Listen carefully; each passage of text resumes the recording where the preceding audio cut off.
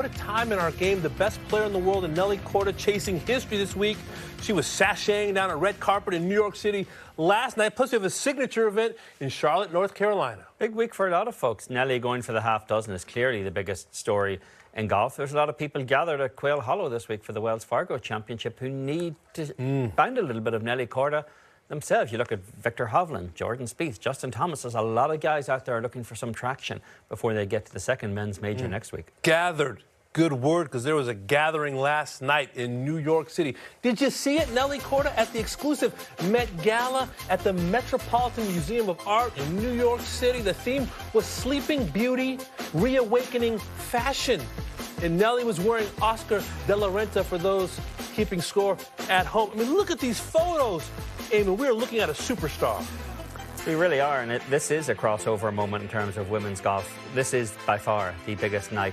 It's one of the biggest nights in New York City, which is a city of big nights, but this is the biggest night in fashion.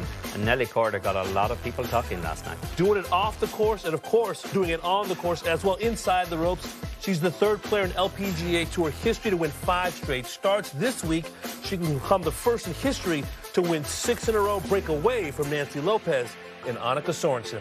And the numbers don't lie, Damon. If you want to see a picture of dominance on the LPGA Tour, take a look at Nelly Korda's ranks on tour this year in basically every single category that matters. She is the #1 player on the LPGA Tour, which is why she's also the dominant #1 player in the world. So I guess my question to you, Damon, is who in their right mind would bet against Nelly Korda this week at the Cognizant Founders Cup? Not me. She has the star-making power. She has the game, everything working. And I want to go back to this Met Gala for a moment. That photo that we saw at the start of the show in the Oscar de la Renta has been viewed more than 1 million times on X. We have asked for her to be more available, upfront, visible, embracing moments like this. Well, last night, with the likes of the Williams sisters and Lewis Hamilton and Angel Reese, some of the biggest names in sports, it's where she belongs. And I tell you what, she looks a lot more comfortable than maybe we thought she would in this type of environment. Yeah, there are going to be opportunities and marketing opportunities, I think, that Nelly Korda is going to want to embrace. This would be an obvious one, but let's not overlook the fact of why Nelly Korda was at the Met Gala. It's because of what she's doing in her chosen profession. And what she's doing is remarkable, not just in the fact that she's won 5 in a row. That's not to be underestimated, but how she has won 5 in a row. I mean, this started in the very first tournament, the LPGA Drive-On. She was 3 strokes back of Lydia Ko through 16 holes in the final round and finished eagle birdie to force a playoff and wins the playoff. She went on and won in lousy weather. She's won in different formats. She won a match play tournament out in Vegas as well when she beat Leona Maguire in the final out there. And then she comes and wins a major under the most extreme scrutiny possible because that was the 5th consecutive win. She decided to take a week off rather than play the LA event right after the Chevron. So it's going to be interesting to see if she's kind of, detoxed a little bit from that kind of scrutiny and pressure. But it's not as though taking time off has worked against her. She had a 7-week layoff during the course of this season and is still having this dominant performance that we're seeing. It really is remarkable for the variety of the manner in which she's actually won tournaments out there. I also think she's a tougher person, more well-rounded now because of some of the things she has lost, including time and the loss for a moment, and longer than a moment, of months of good health when she had that blood clot following winning an Olympic gold medal, for example, winning 4 other times in 2021 as she did, when it looked like there was no one who could stop her, maybe outside of Jin Young Ko, and it seemed like we were on the verge of a great rivalry. Well, she has come back, has Nelly, on the other side of some scary, frightening moments. The pictures were a lot different a few years ago. They weren't in a gown at the Met Gala. It was her in a hospital bed and saying, I'm thankful for the prayers and the good thoughts. Can't wait to get back out there and competing. So she has great game, as we've always known,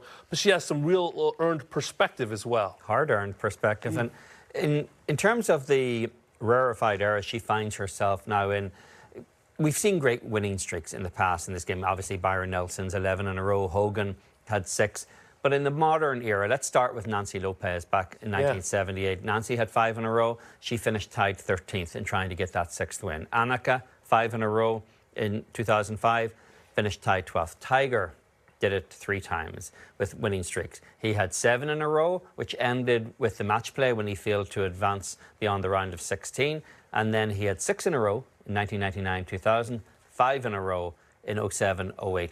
Both of those came close. He was 2nd at the Buick and 5th in the WGC. It's extraordinarily difficult to keep a win. It's difficult to get to a win streak at this point. It's even more difficult to keep it moving. But in this scenario, and we've asked for more from Nelly, I think her flatline personality that we see, sometimes her reticence maybe at times to be in the spotlight, I think it helps her in the midst of chasing history. She comes from a supremely athletic family of Olympians and tennis Grand Slam competitors and brother and champion and father. I mean, this is going to be, in terms of the pressure of competition, I think her makeup is perfect in chasing history, in terms of knowing what it's like, having been around the dinner table at the Kordas, that this is nothing new for this family in terms of chasing high achievement. True, but let's also point out, we talk about Nelly's reticence, and she's talked about that herself, but when she's at a tournament, she meets her obligations. We'd like to see her a little more often, but she meets her obligations at a tournament. Well, you know who else did that and didn't give much beyond that? It was Tiger Woods. Yeah. Tiger wasn't exactly putting himself out there on the off days and feeling as though he had to sell the product. The product was built around Tiger. Tiger did not build the product in terms of where the PGA marketed itself, the PGA Tour, during Tiger's peak years. They kind of attached themselves to this luminous presence. And the LPGA should probably be planning on doing the same with Nelly Korda.